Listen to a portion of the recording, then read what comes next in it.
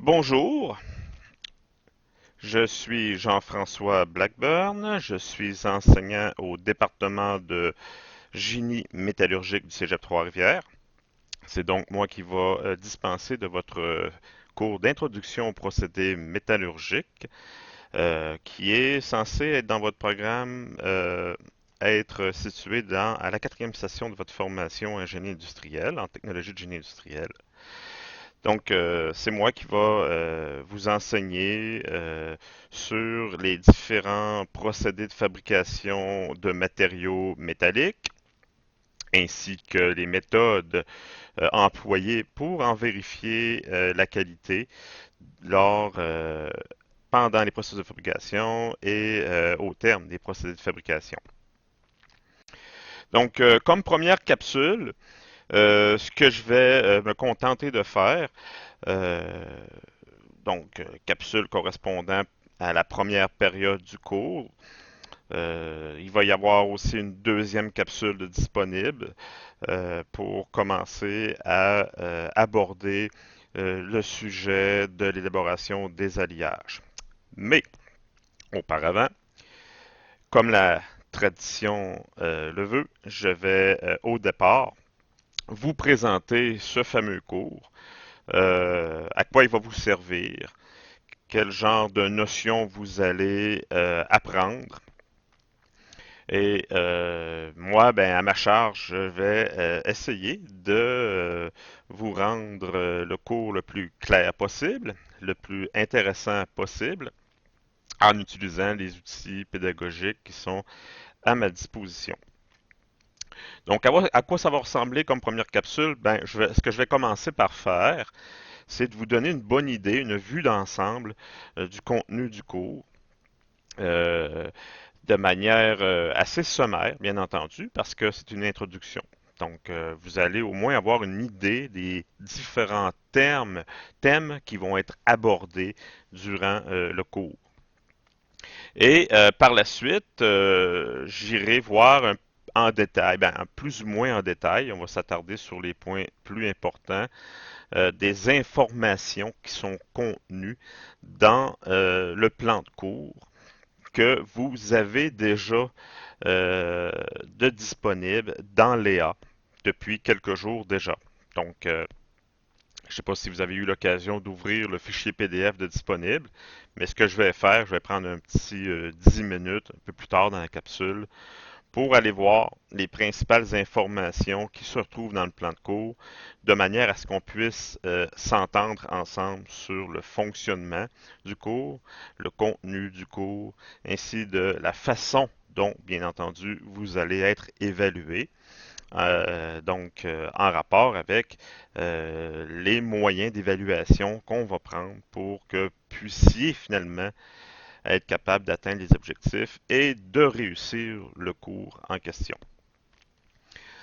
Ce que vous êtes en mesure d'apercevoir à l'écran présentement, c'est une illustration de ce que vous allez voir pendant la session à l'intérieur du cours d'introduction aux procédés métallurgiques.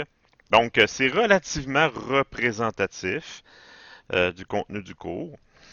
Chaque image est en rapport avec différents thèmes, différents sujets, différents chapitres que je vais vous présenter dans le cours. Donc, vous voyez d'une part une image en bas à gauche d'une coulée en acier au terme d'une élaboration.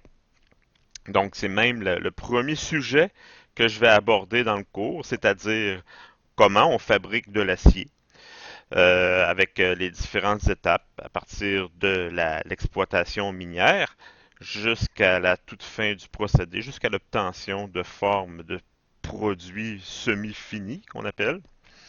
Donc l'image que vous voyez là, c'est une image provenant d'une acierie et vous êtes en mesure de remarquer une zone très brillante, ben, c'est de l'acier liquide à haute température, environ 1650 à 1700 degrés C, ce qui donne cette teinte très lumineuse de l'acier liquide qui est coulé dans une lingotière qui est située au bas du plancher. Donc, c'est assez représentatif, disons, cette image-là, de l'élaboration de l'acier. Donc, on va en parler plus en détail. Ça va faire l'objet de la deuxième capsule là, pour la première semaine.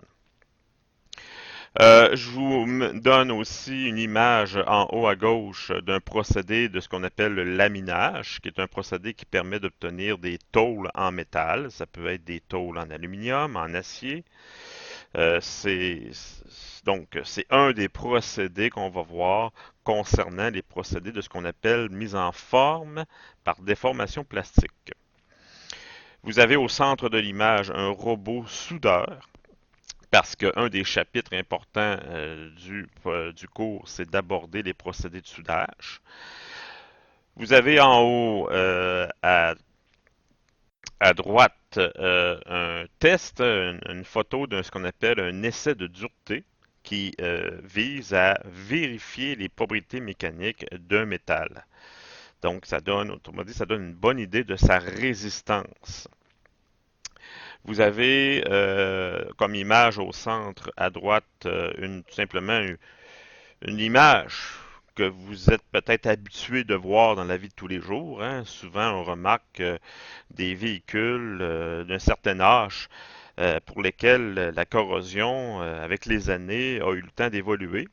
Puis on en voit des signes évidents au niveau de la carrosserie à certains endroits plus fragiles que d'autres sur une voiture, entre autres l'aile des autos qui sont un petit peu plus soumises aux conditions corrodantes. Et chez certains métaux comme l'acier, lorsqu'un acier se corrode, les signes sont quand même assez évidents. On voit la présence de ce qu'on appelle de rouille, qui est une réaction, qui est le produit d'une réaction chimique dans un environnement précis qui montre que l'acier se dégrade. On va aborder aussi ce sujet-là plus tard dans la session. Et pour terminer, une image qui symbolise un petit peu les méthodes que le métallurgiste a à sa disposition pour détecter des défauts présents dans des pièces en service ou en processus de fabrication. Donc, il y a certains défauts dans les pièces métalliques qui peuvent engendrer des ruptures, ce qu'on appelle des défaillances, qui peuvent à leur tour, entraîner des accidents. Donc ici, l'image que vous voyez, c'est un inspecteur en ultrason. Il a un appareil à ultrason qui est une des méthodes qui existent pour être capable de détecter la présence de défauts dans toutes sortes de pièces, dans toutes sortes de situations. Ici, en particulier, c'est une ailette de moteur d'avion. Donc, ça permet de détecter des pièces défectueuses et donc de prévenir, si on veut, une défaillance qui peut entraîner, dans le cas d'un moteur d'avion, là, si un moteur d'avion explose ou des pièces qui cassent à l'intérieur, ça peut presque à coup sûr entraîner un arrêt du moteur et avec tous les risques que ça peut engendrer au niveau de la sécurité des passagers, bien entendu. Donc, pour poursuivre un petit peu ma présentation, mon introduction du cours, euh, moi, en tant que professeur là, de votre cours, une de mes préoccupations, c'est de vous faire vous rendre compte de l'importance des métaux dans notre vie. Donc, c'est un petit peu ça le but du cours, là, c'est de vous sensibiliser sur l'importance des matériaux métalliques. Parce que les matériaux métalliques, forcément, vont être présents et être utilisés dans le cadre de votre profession de technicien en génie industriel. Donc, vous allez devoir participer à l'organisation d'une usine ou à la conception. Donc, forcément, vous allez donc être impliqué de près ou de loin à l'organisation, la conception de machines, de donc vous allez devoir tenir compte euh, de, de- des caractéristiques ou des propriétés des matériaux avec lesquels vous allez devoir travailler. Donc, au départ, il faut se rendre compte que les métaux sont extrêmement présents et ils sont aussi, les alliages métalliques, très variés. Ils sont variés en termes de leur forme, en termes de leur de processus de fabrication qui ont été utilisés pour arriver au résultat final. Ils sont surtout aussi variés en termes de leur composition chimique. Donc, et là, je vous montre quatre pièces fabriquées avec des métaux de la vie courante de tous les jours. Des pièces que vous utilisez, des pièces que vous utilisez moins. Là. Donc, par exemple, l'instrument de musique là, que vous voyez en bas, c'est pas quelque chose qui est utilisé par tout le monde, mais cet instrument de musique-là est fait en métal, euh, particulièrement en laiton, qui est par définition un alliage constitué à la fois de cuivre, qui est un métal, et de zinc, qui en est un autre. Et mélangés ensemble, on- ça donne des laitons qui peuvent être utilisés, entre autres, pour fabriquer cet instrument de musique à air-là. Donc, c'est pas un tuba, là, je sais pas, c'est un corps français, je pense, je suis pas certain là, du nom de l'instrument ici, là, mais dans le terme, dans le monde des instruments de musique, on a, cet instrument de musique-là fait partie du groupe des cuivres. Hein. Quand on va voir un orchestre ou un spectacle de musique classique avec un chef d'orchestre, ben, il y a une section de musiciens qui ont ce qu'on appelle des cuivres. Donc c'est pour ça qu'on les appelle les cuivres parce que ils sont faits à base de cuivre, les laitons étant un alliage cuivre et zinc. Je vous montre peut-être un objet qui est beaucoup plus courant dans la vie de tous les jours, utilisé par beaucoup plus de personnes. À gauche, vous avez bien entendu reconnu que c'était une raquette pour marcher dans la neige. Le tube des raquettes qui sont vendues aujourd'hui dans les magasins sont faits le tube est fait en aluminium. Donc, c'est de l'aluminium euh, faite avec contenant certains éléments d'alliage pour donner de la résistance mécanique. Hein. On ne s'attend pas à ce que le tube plie trop facilement. Donc, on va ajouter des éléments d'alliage. Dans le cas précis du tube d'une raquette, on va entre autres ajouter des éléments en petite quantité comme le magnésium et le silicium, par exemple. Et ça va durcir le tube. Et on va aussi obtenir le tube par un procédé de déformation plastique qu'on va plier et souder en une extrémité pour donner la forme que vous voyez ici de la raquette. Euh, Vous avez bien entendu reconnu aussi au centre de l'écran un moteur de voiture. Le moteur que vous voyez à l'écran, c'est un moteur de BMW. Et chez BMW, comme sur d'autres séries de véhicules, comme sur d'autres marques de véhicules, surtout sur les voitures un peu plus haut de gamme, vous allez beaucoup retrouver le magnésium utilisé pour faire les blocs moteurs. Plus souvent, vous allez retrouver l'aluminium, de moins en moins la fonte, mais l'aluminium et le magnésium sont de plus en plus utilisés pour faire les blocs moteurs. Et, et il y a toutes sortes de pièces. Là, on parle du bloc moteur. Ce qui est à l'intérieur, en l'occurrence les pistons, ça, c'est fait généralement en acier ou en aluminium. Euh, bon, ça montre, c'est une belle illustration de l'utilisation des alliages métalliques, un moteur de voiture. Hein. C'est rare qu'on voit des moteurs de voiture en plastique ou en bois. Donc, les métaux, c'est de loin, les alliages métalliques sont de loin les matériaux les mieux adaptés pour répondre aux exigences d'un bloc moteur de voiture. Et pour finir, ben, un objet que tout le monde utilise ou a utilisé au moins une fois dans sa vie, vous avez remarqué une canette de boisson en aluminium, qui est un bel exemple d'utilisation des métaux dans la vie de tous les jours. Donc, vous avez probablement remarqué que la canette, le corps, c'est des matériaux qui sont très très minces, un peu comme de la feuille de papier, mais avec une certaine résistance. Donc, les canettes sont aujourd'hui faites en aluminium. Il y a dans un passé lointain, là, vous n'étiez pas encore au monde pour la plupart, mais des canettes de ce genre-là ont autrefois déjà été fabriquées en acier. Mais maintenant, depuis très longtemps, c'est l'aluminium qui est utilisé.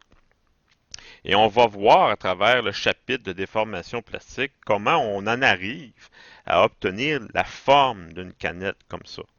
Et ce qui est intéressant de savoir pour l'instant aussi, c'est qu'une canette de boisson, ben, il y a trois aluminiums différents, il y a trois alliages d'aluminium différents dans une canette. On, on verra en détail un petit peu plus loin là, dans un autre chapitre pour une autre semaine. Donc, vous utilisez les métaux à tous les jours. D'autres illustrations, là, une roue de voiture.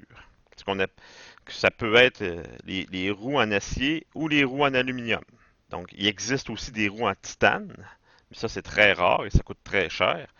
Mais habituellement, ce sont des roues en aluminium, ce qu'on appelle les roues en alliage. Sont faits en aluminium avec beaucoup de silicium à l'intérieur, jusqu'à 7, autour de 7 à 8 sinon, ça va être des roues en acier, mais c'est les deux principaux métaux qui sont utilisés pour faire des roues. Vous avez remarqué un robinet, donc c'est fait généralement en métal aussi. Déjà là, ça va varier. Souvent, on va voir le cuivre pour fabriquer ce genre d'objet. Des lunettes, il existe des lunettes en titane, par exemple. Et des casseroles aussi que vous utilisez, si vous faites un peu la cuisine, vous utilisez bien entendu des casseroles. Et les casseroles sont toujours faites avec le même matériel, c'est-à-dire de l'acier inoxydable de série austénitique. Donc, un grand mot scientifique, là, mais euh, c'est pour dire que les aciers inoxydables utilisés pour faire la coutellerie, là, la coutellerie, j'exclus les couteaux, là, je parle des fourchettes et des cuillères, ainsi que les casseroles, c'est fait en acier contenant du chrome, jusqu'à autour de 18% de chrome mélangé au fer. Hein. Par définition, de l'acier, c'est un alliage fer-carbone, on va le voir un petit peu plus tard. Et contenant aussi un certain pourcentage en nickel, ça varie entre 8 et 10%. Donc, c'est ce qu'on appelle de l'acier inoxydable austénitique. Donc, vous voyez que c'est partout, hein, les métaux.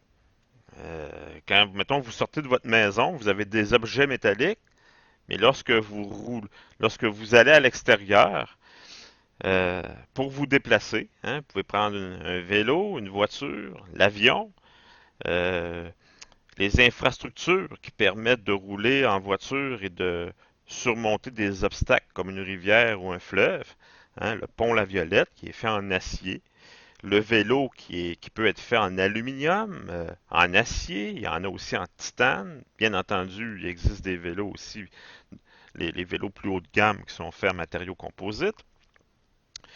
Mais ça, c'est pas du métal.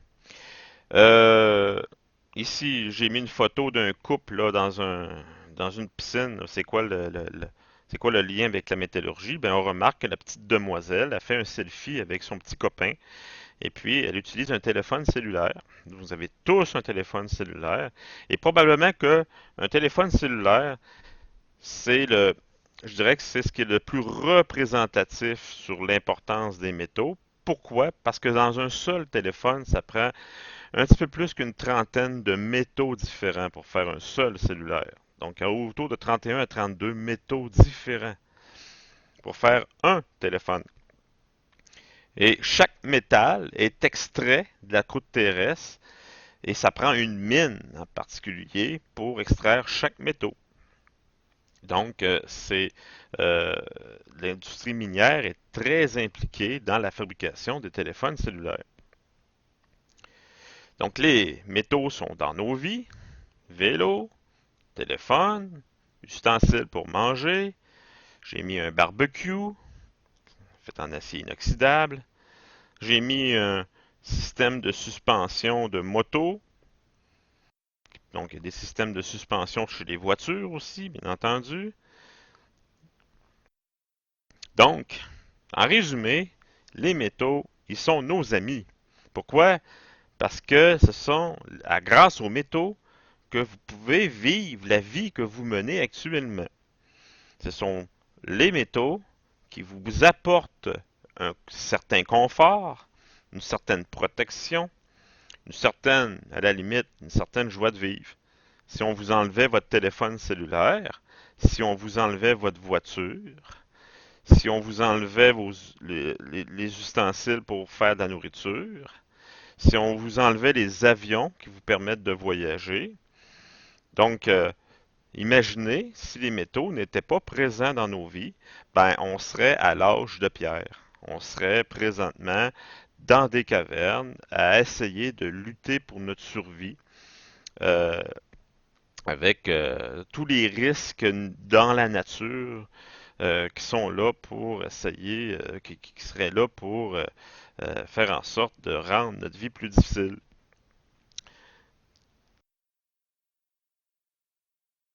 Et maintenant, dans le cours, sachant maintenant que les métaux sont très importants, pas uniquement dans votre travail, dans votre future profession, mais aussi dans la vie de tous les jours, ben, c'est peut-être intéressant de savoir d'où ils viennent, les métaux. Toutes les pièces que vous utilisez qui sont des produits dits finis, ben, comment on a fait pour les fabriquer? Donc, c'est à ça qui sert le cours. OK? Et comment on s'assure aussi que ce qu'on l'on fabrique, ben, ça va faire la job, comme on dit, puisque ça va être de qualité. Qu'est-ce qui fait que vous êtes capable d'utiliser votre voiture et que vous êtes capable d'utiliser, de rouler avec votre voiture avec une certaine confiance? Hein? Quand vous arrivez à une lumière rouge, vous avez une confiance que l'auto va s'arrêter. Pourquoi? Ben, parce que les pièces mécaniques, donc le système de freinage, il a une, il a été fabriqué et on s'est assuré de sa qualité. On s'est assuré qu'il ne montre pas de défaillance. Donc, que le frein, finalement, que le système de freinage puisse être fonctionnel en tout temps. Donc, voyez l'importance. Donc, êtes-vous curieux de savoir comment on fabrique tous ces objets? Bien, moi, ça va être ça mon rôle, ça va être ça mon travail avec vous durant 45 heures pour la durée de la session. Et comment on s'assure qu'ils vont être capables de faire ce qu'ils ont à faire? C'est-à-dire qu'ils vont être assez forts, assez résistants. Si vous prenez le pont La Violette, on ne s'attend pas à ce que lorsque vous prenez le pont, que le pont puisse s'effondrer. Quand vous prenez l'avion, on ne s'attend pas à ce que l'avion puisse s'écraser. Oui, ça arrive, mais c'est extrêmement rare. OK? Donc, risque zéro n'existe pas. On fait en sorte que les matériaux utilisés dans la fabrication d'un avion, par exemple, puissent être de qualité et de ne pas montrer de défaillance. Faire une pièce métallique, c'est comme faire un gâteau. Donc là, je fais une analogie entre un gâteau, un beau petit gâteau de mariage que vous voyez ici à droite, et une roue de voiture, par exemple. Donc, je prends une roue de voiture parce que euh, c'est un objet qui est important. Hein? C'est ce qui permet à une voiture de rouler. Et ça a un certain intérêt pour une clientèle comme la vôtre. Donc, je pense qu'aujourd'hui, là, en 2022, là, un jeune de 19, 20, 21 ans, vous avez tous des voitures. Ce qui n'était pas le cas hein, dans la fin des années 80. Moi, personnellement, j'ai 51 ans. Et quand j'allais au cégep, là, on était dans les années 87, 88, 89. À cette époque-là, même les jeunes de 19-20 ans, on n'avait pas de voiture. C'était rare. Mettons, moi, dans mes amis, là, il y en avait un sur 15 qui avait un auto. Nous, c'était nos parents, s'ils le voulaient bien, qui nous prêtaient leur voiture pour aller sortir un samedi soir, par exemple. Là, aujourd'hui, tout le monde a une voiture. Donc, c'est pour ça que j'ai pris une roue de voiture. Il y en a même qui s'intéressent qui, qui, qui s'intéressent au tuning qu'on appelle entre guillemets, donc ils vont décorer leur voiture ou ajouter des pièces fancy sur leur voiture. Donc c'est pour ça que j'ai pris une roue de voiture parce que c'est un objet courant qu'on voit à tous les jours et qui est intéressant de voir comment c'est fabriqué. OK? Donc, quand on fait un alliage métallique ou quand on fait une pièce, il y a une recette à suivre. Un peu comme faire la cuisine. Donc, je poursuis mon analogie avec faire un gâteau. Là. On va suivre une recette. Ça prend des ingrédients, comme pour faire un gâteau. OK? Quand on fait un gâteau, on a besoin d'œufs, on a besoin de farine. OK? Et puis quand on fait un métal, ben on a besoin d'ingrédients. Et là, vous voyez en bas à droite, là, en bas à gauche, un morceau de roche rougeâtre. Ben ça, c'est quoi ce morceau de roche-là? Ben j'ai pris comme exemple pour faire la roue d'aluminium, là. Ça prend de l'aluminium, bien entendu, mais avant d'avoir l'aluminium, ben, ça prend une roche dans laquelle l'aluminium est enfermé. Et la roche qu'on utilise, à partir duquel on fabrique l'aluminium, ça s'appelle de la bauxite, qui est un mélange de minéraux. Donc, ce que vous voyez à l'écran, c'est un morceau de bauxite. Ça, c'est l'ingrédient de départ pour obtenir une roue en alliage. Du coup qu'on a les ingrédients, il faut mélanger dans des proportions précises. Donc, quand on fait un gâteau, là, la pâte est à l'état liquide. On ajoute la farine, on ajoute le beurre, on ajoute du sucre, on ajoute de la vanille, on ajoute certains ingrédients à l'état liquide. Donc ça se mélange beaucoup mieux. Mais c'est la même chose avec les métaux. Il faut ajouter d'autres métaux dans l'aluminium. Comme par exemple, pour faire la roue, il va falloir ajouter entre autres du silicium, qui est un autre métal, qui va agir en tant qu'élément d'alliage, qui va donner des caractéristiques précises à la roue, qui va aider aussi à sa mise en forme. Ben, il faut ajouter ces autres métaux-là, comme on ajoute les œufs ou la vanille dans la pâte, ou le lait, hein, de l'eau, ça prend différents ingrédients pour faire une pâte à gâteau, ben, il va falloir porter le métal à l'état liquide, ou avoir déjà le métal à l'état liquide, et on va ajouter les ingrédients. Donc, on va utiliser un four spécial qui va maintenir le métal à l'état liquide avec une source d'énergie, et on va ajouter les éléments d'alliage des ingrédients. Du coup, quand que le gâteau il est bien mélangé, puis tous les ingrédients ont été ajoutés et que le mélange est homogène, bien, ce qu'on va faire, hein, on va couler la pâte dans un moule. On fait la même chose avec les métaux. Du coup, qu'on a notre alliage métallique avec les bons éléments d'alliage dans les bonnes concentrations, dans les bonnes quantités et que le tout est homogène, on peut donc couler le métal dans une forme, à l'état liquide, dans un moule, et d'avoir une pièce finalement terminée au terme de la solidification. Parce que le métal, il va baisser en température et il va se solidifier dans le moule. Il va prendre la forme de l'empreinte du moule.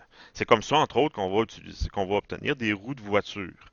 On va couler le métal liquide dans un moule en forme de roue, et là, le métal va se solidifier dans l'empreinte, et on va défaire le moule, puis on va avoir notre roue. D'autres fois, on n'obtiendra pas les pièces directement à partir de l'état liquide dans un moule.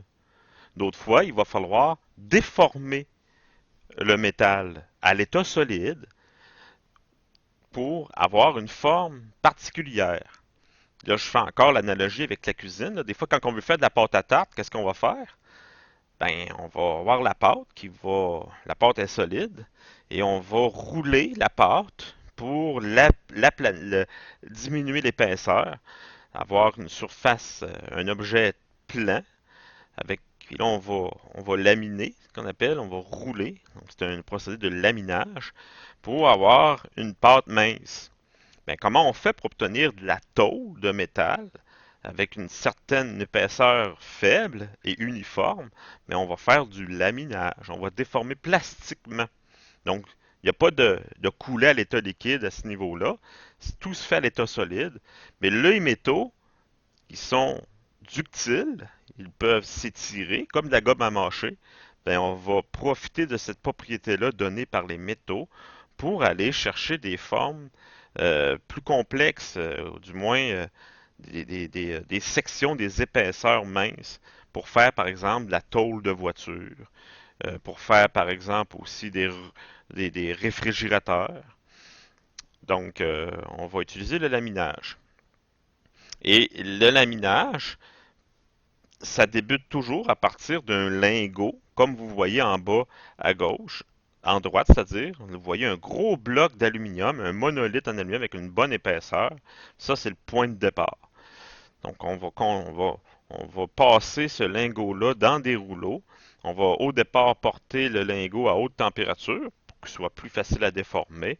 Et ensuite, on va poursuivre à température ambiante telle que représentée à gauche de l'écran. Qu'est-ce qu'on fait avec un gâteau souvent pour... Ben, on le fait cuire, hein? C'est rare qu'on mange la pâte à gâteau crue comme ça, ben on va le faire cuire. Et là, vous allez voir le gâteau se modifier au niveau de sa texture. Hein, la pâte va gonfler et vous allez avoir un gâteau tel que vous êtes habitué de le voir et de le manger. Ben, avec les métaux, on fait ça aussi. On les fait cuire dans des fours. Donc, on ne les porte pas à l'état liquide, là. On les fait chauffer et on les fait refroidir. Et ça va jouer sur la résistance du métal. Donc, ce qui s'appelle les traitements thermiques. Par contre, dans le cadre de ce cours-ci, il n'est pas prévu d'aborder les procédés de traitement thermique. Je vais par contre effleurer le sujet juste pour, si vous entendez de traitement thermique ou si vous voyez du traitement thermique dans le cadre de votre profession, que vous ayez une petite idée à quoi ça sert, puis qu'est-ce que ça change au niveau des alliages métalliques. On va aussi faire une finition chez les métaux. Hein, quand on fait un gâteau, on le décore, on met du crémage dessus, qu'il soit plus beau. Mais on fait la même chose chez beaucoup de pièces métalliques finies. On va déposer des métaux, comme par exemple, on va faire du chromage, de la galvanisation, qui est un dépôt de zinc sur l'acier. On va mettre des peintures, on va appliquer des couches de protection, comme la vis. Les vis ça c'est très courant. La vis que vous voyez à droite, elle a été phosphatée. Donc c'est un procédé qui permet, on appelle ça un procédé de conversion chimique, où il y a une réaction chimique entre le fer et pour faire une certaine molécule qui donne une résistance à la corrosion. Mais encore là, comme pour les traitements thermiques, j'aborderai pas à les procédés de finition. On n'a pas assez de temps pour ça. Mais sachez que ça existe. Ah oui, vous remarquez aussi un pédalier de vélo. Euh, Ce pédalier de vélo-là est fait en aluminium. Et il a été ce qu'on appelle anodisé, qui est un procédé qui vise à augmenter de manière artificielle la couche d'oxyde de l'aluminium. Et quand on fait un gâteau, après, qu'est-ce qu'on fait? Bien, on le mange. Mais même avant de le manger, des fois, là, avant de le donner à nos invités, on va y goûter. Hein, pour s'assurer qu'il est bon. Parce que c'est pas tout d'avoir suivi la recette à la lettre. Vous n'êtes pas certain que votre gâteau est réussi tant et aussi longtemps que vous n'y avez pas goûté. Ben, en métallurgie, c'est la même chose. On peut être certain d'avoir bien fabriqué l'objet, mais il faut avoir des outils pour vérifier si ce qu'on a fait correspond à ce qu'on voulait faire. Donc, c'est pour ça qu'en métallurgie, on doit disposer de différentes technologies, de différentes méthodes pour contrôler la qualité des matériaux. Donc là, je vous ai mis trois équipements qui est représentatif de tout l'ensemble des méthodes de vérification de qualité des matériaux. Vous voyez un microscope. Il n'y a pas seulement en biologie pour voir des bactéries ou des virus qu'on va utiliser les microscopes. En métallurgie, on utilise beaucoup les microscopes. C'est une façon pour vérifier que le métal est correct en le regardant de très près à l'intérieur, sur la surface du moins.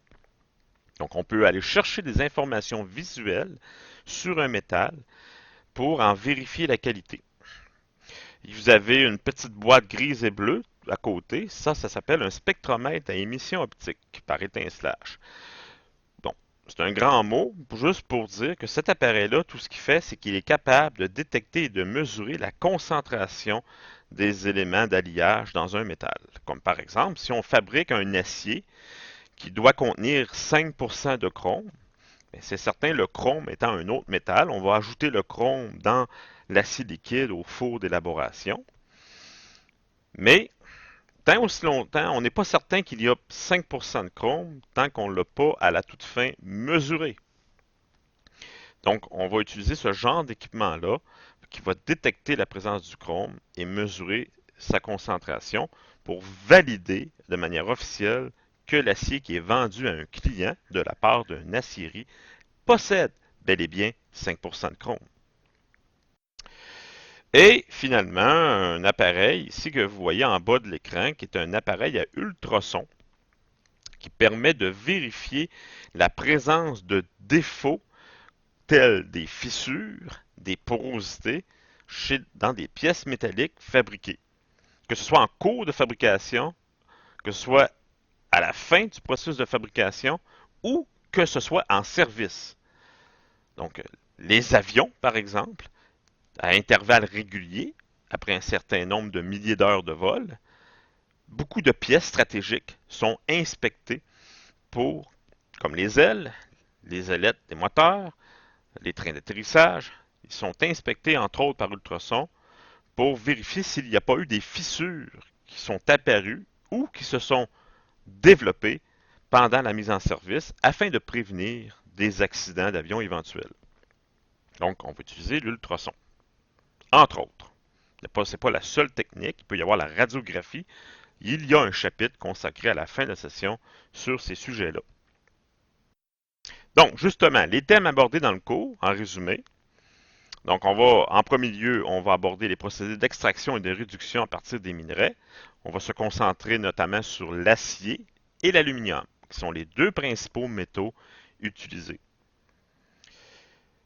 Donc, les procédés d'extraction et de réduction à partir des minerais. Et là, je vous montre des images. Vous avez, concernant ce sujet-là, toutes sortes d'équipements différents qui nous permettent, à partir de la roche, d'aller essayer d'aller chercher le métal.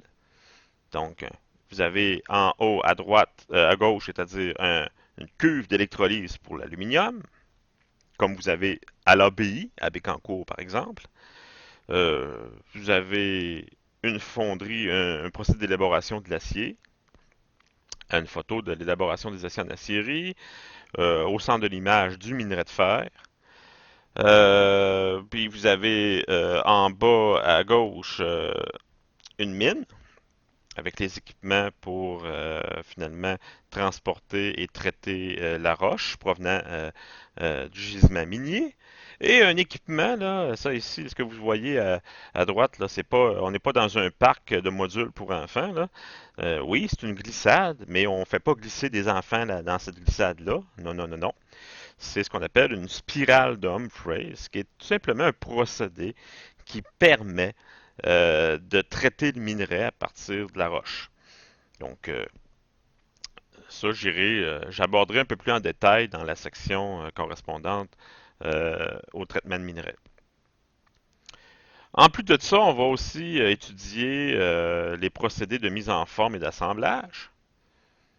Donc, on va voir les procédés de mise en forme, comment on obtient, par exemple, les tiges, les tôles, les poutres en H, les poutres en T, les poutres du pont La Violette.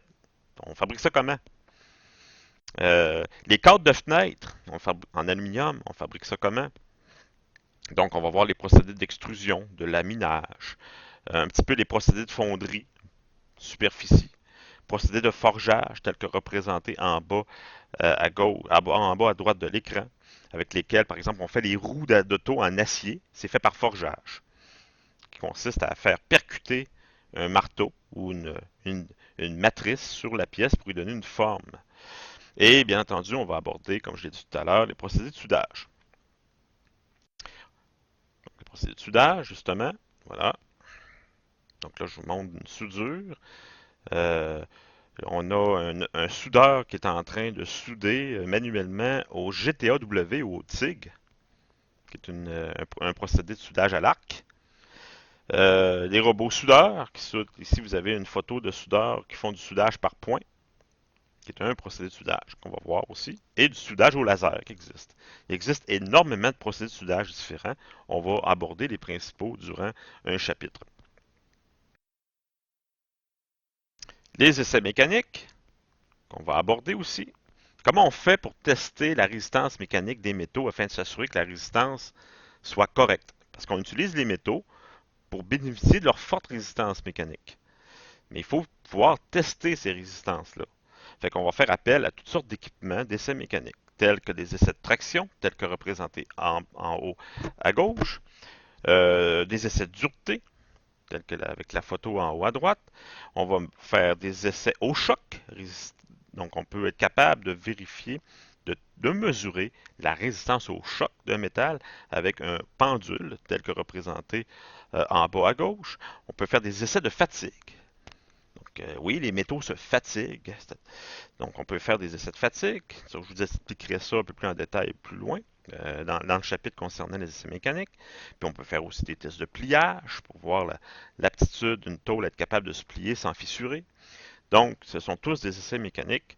On va faire un survol là-dessus aussi au courant de la session. Ensuite, la dégradation des métaux, qui est un terme quand même important parce que les métaux ont la tendance, la fâcheuse tendance, de manière naturelle, à se dégrader avec l'environnement. Bon. Et puis là, ça peut amener, il y a une photo d'une vieille voiture, là, on dit qu'elle est, bon, le mot qu'on va utiliser, c'est rouillé, mais il faut savoir que la rouille, ça ne concerne que l'acier. Hein, de l'aluminium, ça ne rouille pas, mais ça ne veut pas dire que ça ne se corrode pas. Donc, la rouille, c'est une molécule d'hydroxyde de fer. C'est le produit de corrosion du fer. Donc, vous avez la voiture ici, là, qui est complètement recouverte de rouille. Signe évident d'une corrosion, dans ce cas-ci, qui a été vraiment généralisée et uniforme. Le problème, c'est pas la rouille. La rouille, c'est tout simplement un révélateur que l'acier se dégrade. Et la rouille étant une molécule, ça n'a pas de résistance, c'est friable. Donc, quand la rouille apparaît, c'est qu'il y a de moins en moins de fer métallique et d'acier pour supporter une charge. Donc, là, le matériel, la pièce, est de moins en moins capable de répondre aux exigences mécaniques en service lorsqu'il y a une corrosion. Donc, la rouille est tout simplement un révélateur, c'est-à-dire ça nous dit, autrement dit, c'est comme si l'acier nous disait, hey, je suis en train de me dégrader, moi là, voici ma rouille. Donc, c'est ça. Euh, je vous montre une photo aussi de une pièce en aluminium qui a été dégradée par corrosion. Ici, c'est un assemblage soudé, mais dans la tôle à côté, il y a une dégradation assez avancée. La pièce que vous voyez, c'est de l'aluminium. Donc, l'aluminium se dégrade aussi, comme l'acier. Ben, pas comme l'acier, mais est sujet à la dégradation, comme l'acier est sujet à la dégradation, elle aussi, lui aussi. Je vous montre aussi une poutre. Ça, c'est à Montréal. Ça, c'est une poutre qui sert à soutenir le pont d'étagement de la métropolitaine en plein centre-ville de Montréal, où on voit des signes de corrosion très avancés. C'est une poutre en béton précontraint à l'intérieur duquel il y a des tiges en acier pour donner une résistance à la poutre et on voit une dégradation très avancée. Donc non seulement le béton est affecté ici, mais à l'intérieur, il y a la tige d'acier qui est aussi soumise à la dégradation par les traces de rouille et de sections plus faibles sur la tige. Et je mets une photo de la Statue de la Liberté. Qu'est-ce que la Statue de la Liberté vient faire là-dedans? Bien, sachez que la statue, elle est faite en métal. Deux métaux. Donc, il y a le squelette à l'intérieur qu'on ne voit pas, qui est fait avec des bandelettes en acier, qui est le squelette qui donne la résistance à la statue. Et par-dessus, donc, ce sont des tôles en cuivre. Donc, la Statue de la Liberté, elle est faite de cuivre. Ce sont donc des tôles qui sont... c'est comme un casse-tête, la statue, là. C'est des petits morceaux assemblés ensemble pour donner la Statue de la Liberté. Elle est faite en cuivre. Et le cuivre, lorsque c'est exposé aux intempéries, à l'atmosphère, et plus l'atmosphère est polluée, c'est-à-dire présence de gaz sulfureux, SO2, présence de CO2, présence de monoxyde de carbone, présence d'humidité et de sel marin, mais qu'est-ce que il va y arriver au cuivre? Ben, il va se former une couche d'oxyde sur le cuivre qui est de couleur verdâtre. Donc, il va finalement se déposer sur la surface du cuivre brillant et cacher le cuivre en dessous. C'est pas, ça, c'est une couche naturelle. Et ça finit par protéger le cuivre en dessous à long terme. Donc, c'est comme ça, c'est le cas de la Statue de la Liberté. Et finalement, on va, en termes final, là, comme sujet final de la session, on va aborder aussi les méthodes de contrôle de la qualité chez les métaux. Donc, là, tantôt, on a parlé de contrôle de la qualité, mais des essais mécaniques. On vérifie la résistance, le comportement mécanique des métaux. Ici, on ne vérifie pas le comportement mécanique des métaux. On va tout simplement tester euh, la, la microstructure du métal, autrement dit, tester sa métallurgie. Donc, au niveau, par exemple, de sa chimie, au niveau de sa microstructure. Donc, au niveau des défauts, okay, fissures, porosité, composition chimique, microstructure. Donc, il existe donc les méthodes de contrôle de la qualité, telles l'ultrason, la spectrométrie, la photo que vous voyez, une pièce allumée en phosphore avec une couleur verte, ça c'est une méthode qui s'appelle, euh, euh, voyons, je me souviens même plus du terme, un blanc. Méthode par fluorescence, là, c'est ressuyage. Et voilà, c'est la méthode par ressuyage qui vise à mettre en évidence des très fines fissures qui débouchent à la surface et qui sont difficiles à voir à l'œil nu. Donc, on va utiliser ces méthodes-là pour mieux révéler la présence de ces petites fissures-là qui sont presque invisibles à l'œil. Euh, il y a la radiographie, telle que représentée sur l'image en bas à droite, et un appareil sophistiqué que nous, on a au département, qui s'appelle la diffraction X, puis je ne parlerai pas de diffraction X dans le cadre du cours, bien entendu. Donc, afin de conclure cette première capsule, à titre d'introduction pour le cours, j'espère que ça vous tente encore de suivre le cours. J'espère de ne pas vous avoir fait trop peur. Ça demeure quand même un cours d'introduction. C'est un cours pour initier à la métallurgie. Donc, le niveau de difficulté du cours est bien entendu adapté à des étudiants qui ne sont pas encore initiés à la métallurgie. Donc, le but du cours, c'est c'est tout simplement de vous familiariser. Hein. C'est pas de faire de vous des experts en métallurgie, c'est tout simplement de vous familiariser avec les alliages métalliques. Donc, c'est un outil de plus qu'on vous donne euh, pour être capable de devenir un futur technicien en génie industriel suffisamment compétent et connaissant pour que vous puissiez bien évoluer dans votre futur milieu de travail. Donc, ça va clore. Ben là, je dis que ça va clore la première capsule parce que si je mesure le temps que j'ai pris pour cette capsule-ci, attendez un instant, vous me permettez, ça a pris 47 minutes. Bon, regarde, ce que je vais faire, c'est que je vais poursuivre pour parce que là, ce qu'il me reste à voir là, pour clore la présentation du cours, ben, c'est le plan de cours. Donc, je vais prendre 5 minutes, pas plus, pour voir le plan de cours. Ça va clore pour cette première capsule-là. Donc, excusez-moi, là, c'est marqué plan de cours non officiel parce que c'est ce que j'ai reçu comme dernière version, ce que vous avez aussi. Donc, je comprends pas. Là, il y a peut-être un bug au niveau du système, là, mais bon, ce qui est indiqué par écrit, ça demeure vrai. Donc, c'est un cours, la pondération est de 2-1-2. Donc, 2 heures de théorie par semaine. Euh, le jeudi, l'après-midi, ainsi que 1 heure de laboratoire par semaine. Mais en réalité, c'est pas 1 heure de laboratoire par semaine. Donc, les laboratoires ont lieu le mardi. Ce qu'il faut savoir, c'est que c'est pas possible de faire des activités de lab pendant 50 minutes. Hein. C'est trop court. Donc, ce qu'on fait, c'est que ce qui est important de savoir, c'est que vous allez faire 15 heures de lab dans la session. Donc, au lieu de faire 1 heure par semaine, c'est pas très efficace. Parce que ça demande une certaine préparation. Tu sais, on n'a pas le temps de faire grand-chose en 1 heure. Donc, ce qu'on fait, c'est que on fait des laboratoires pendant la moitié de la session. Donc, pendant 7 semaines environ, et à raison de 2 heures par semaine.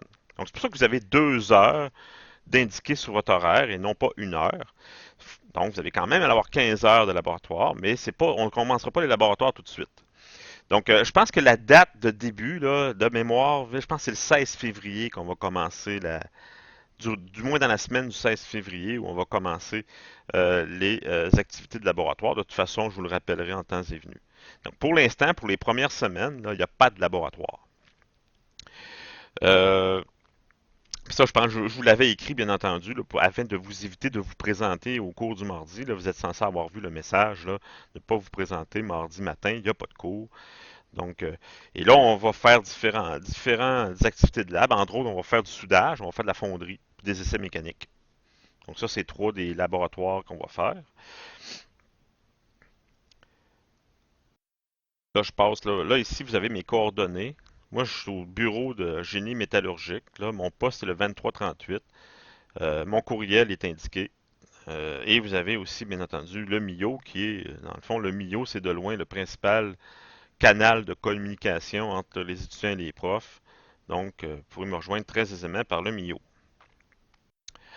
Je vais tout simplement faire un petit zoom ici là, pour mieux faire apparaître ce qui est écrit. Bon, voilà.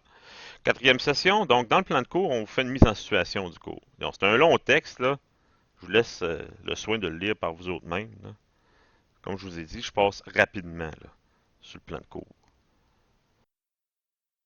Donc, l'objectif terminal du cours. Lors d'une éventuelle entrevue d'emploi, l'étudiant pourra entretenir un discours concernant différents aspects de la métallurgie, allant de la métallurgie extractive jusqu'aux essais non destructifs, en passant par les différents procédés de transformation. Bon, ça résume quand même, très résumé, là. C'est assez représentatif du contenu du cours.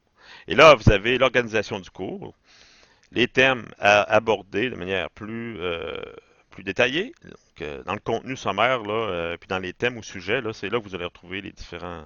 Fait que moi, je l'ai fait à travers ma présentation PowerPoint tout à l'heure. Fait que je vous ennuie pas avec le contenu du tableau. Orientation pédagogique. Donc ça, c'est peut-être intéressant de voir comment moi, en tant que prof, je vais vous donner l'information, comment je vais la transmettre. Ben, à travers des cours magistraux, tels que je suis en train de le faire, en vous parlant, en utilisant le PowerPoint beaucoup, en utilisant des images. De temps en temps aussi, je vais vous montrer des petits bouts de film pour mieux illustrer des procédés, par exemple. On va faire des laboratoires. Hein, vous allez vous-même, vous allez vraiment couler de l'aluminium, vous allez vraiment souder, vous allez vraiment faire des tests d'essais mécaniques, entre autres. Donc, c'est ça, l'orientation pédagogique. C'est la stratégie que je vais prendre pour vous en apprendre le plus possible sur la métallurgie, sur les procédés de fabrication métallique. La section qui intéresse le plus les étudiants, ça va être quoi les examens, comment vous allez être évalué. Donc, il y a deux examens partiels prévus dans la session, 20% chacun, pour un total de 40. Donc, les dates sont déjà fixées, je ne m'en rappelle pas. Je vais vous le rappeler à notre prochaine rencontre. Sinon, ils sont déjà dans le LEA. Dans la partie évaluation, les dates d'examen partiels sont déjà établies. Vous allez aussi avoir des petits tests quotidiens. Alors ça, pour moi, ça c'est complètement nouveau. Là. Ça fait quand même 20 ans que j'enseigne en métallurgie au département. J'ai jamais fait ça dans un de mes cours. C'est juste qu'il est dans le plan de cours. Et puis, je me dois de le faire. Donc, vous allez avoir des petits tests quotidiens. Je vais être honnête avec vous. Présentement, je ne sais pas exactement encore comment ça va, ça va se faire. C'est quel type d'évaluation. Ça va être des petites questions. Je suis en communication avec le professeur Yves Lamontagne qui a donné le cours dans les années passées, qui va me donner un petit peu plus de détails sur les modalités de ces petits tests quotidiens-là, en quoi ça consiste. Mais vous allez en avoir un certain nombre qui vont compter pour 20% au total. Vous allez avoir aussi un examen de synthèse théorique, comme c'est obligatoire dans tous les cours du cégep. Un test synthèse, c'est-à-dire que l'examen final va porter sur toutes les connaissances vues au cours, du début à la fin de la session, à raison de 30%. Et vous allez avoir aussi un examen pratique écrit. Donc, vous n'allez pas avoir d'examen, vous n'allez pas aller couler du métal. C'est un examen pratique écrit, c'est-à-dire ça va être des questions qui vont porter sur ce qu'on a fait en laboratoire, les manipulations par exemple, ou ce qu'on a eu comme résultat, qui vont compter pour 10%. Je vous donnerai plus de détails là, sur le contenu de cet examen-là au fur et à mesure que la session va avancer. OK. Donc, après ça, il y a l'examen synthèse pratique. Il aura lieu à la dernière séance de laboratoire. Il n'aura pas lieu pendant la semaine des examens. Ça va être la dernière séance de laboratoire. Ça va être de faire l'examen pratique écrit. Bon. C'est ce qui est volume obligatoire. Donc, il y a des notes de cours théoriques que, au moment où je vous parle, je ne les ai pas encore insérées dans le Léa. Aussitôt que j'ai fini cette capsule-ci, je vais l'ajouter. Il y a les PowerPoint que vous voyez, je vous les mets à votre disposition aussi. Euh, donc ça, c'est ce qui concerne la médiographie. OK? Donc, il n'y a pas de notes de cours vendues, tout est en PDF. Et vous avez la liberté de le faire imprimer ou pas.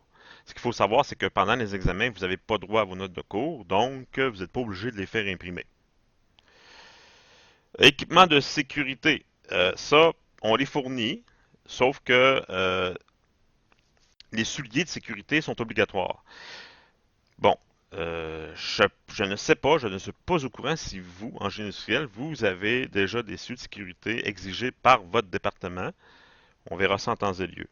Mais sachez que lunettes de sécurité, dans tous les labs, c'est obligatoire. Excepté en essai non destructif, là, c'est pas obligatoire, mais lorsqu'on va faire de la fonderie, lorsqu'on va faire les essais mécaniques, le soudage, ça va prendre des lunettes de sécurité. Ça, on peut les fournir. Ça va prendre des sarraux aussi pour ces activités-là. Ça, on peut les fournir. On les fournit au département si vous n'en avez pas, mais je conseille toujours que vous puissiez, si vous les avez, vous les amener, vos sarraux. Et puis sinon, ben, il va y avoir comme une activité de fonderie. On va vous fournir un casque avec une visière pour vous protéger de la chaleur et des éclaboussures de métal. C'est très rare, ça arrive, mais bon. Puis un équipement de protection en amiante aussi. Donc pour le reste, là, on fournit à peu près tout, à part les souliers. Bon. Qu'est-ce qu'il reste à dire au niveau du plan de cours? Donc, pour la session d'hiver, il n'y aura pas de visite industrielle de prévu étant donné la situation du COVID. Donc, les industries présentement ne sont pas très friandes d'accueillir des visiteurs. Par contre, la situation peut peut-être changer dans le courant du printemps. Et je verrai à ce moment-là si j'ai du temps ou s'il y a un intérêt à faire une visite industrielle. Mais ce qui nous empêcherait, là, ce qui rend difficile la chose, c'est le peu d'heures de cours que j'ai avec vous. Donc, ce qui rend très difficile la réalisation d'une visite parce qu'il faut au moins dégager une demi-journée. Au gros minimum, pour faire une visite industrielle, il faut tenir compte du déplacement, la visite. Donc, étant donné que j'ai seulement que 2 heures avec vous, soit en théorie ou en lab, je vois ça difficilement la réalisation d'une visite industrielle. Il n'y a pas de rapport à remettre. Donc, la règle au niveau de la remise de travaux n'est pas applicable dans le cadre de ce cours-ci. Je ne corrige pas le français dans les examens, donc la règle du français s'applique plus ou moins ici. La présence au cours, par contre, ça serait important d'en parler. Je pense que j'ai... Donc, santé et sécurité, on en parle ici. Utilisation du portable et du cellulaire. Donc, les cellulaires devraient être fermés pendant les cours en classe, hein. Puis les cellulaires sont interdits en classe lors d'un examen. Et pendant les activités de lab, là, on va être trop occupé. Vous allez être trop occupé pour utiliser votre cellulaire, je pense. Fait que ça règle la question à ce niveau-là. Je reviens en arrière parce que je veux tout simplement valider la politique sur l'absentéisme. Parce que absence en évaluation, absence au cours, voilà. Donc l'absence au cours, ben, c'est la même règle, hein. C'est une règle de collège. Donc elle s'applique autant dans mon cours que dans tous les autres cours du collège, comme dans vos cours de génie industriel. C'est-à-dire que vous n'avez pas le droit de vous absenter plus que 10%. Donc 10% de 45 heures, ben, mettons, on arrondit ça à 5 périodes. OK? Donc 5 heures, 5 périodes. Aussitôt que vous dépassez le 5 périodes, ben là, moi, je vais vous émettre un avis, comme de quoi, ben, je vais vous rencontrer. On va se rencontrer pour m'assurer que vous ne manquez plus. Parce que si vous manquez encore, que vous êtes bien au-delà de 10%, donc du 5 périodes, ben là, moi, comme en tant que prof, je me dois de ne pas vous accepter à l'examen synthèse. Donc ça, c'est la règle du collège. Et ça s'applique autant en théorie qu'en activité de laboratoire. Voilà. Je pense que ça complète le plan de cours. Je ne vais pas m'éterniser là-dessus plus longtemps, donc je vais donc clore la capsule ici immédiatement.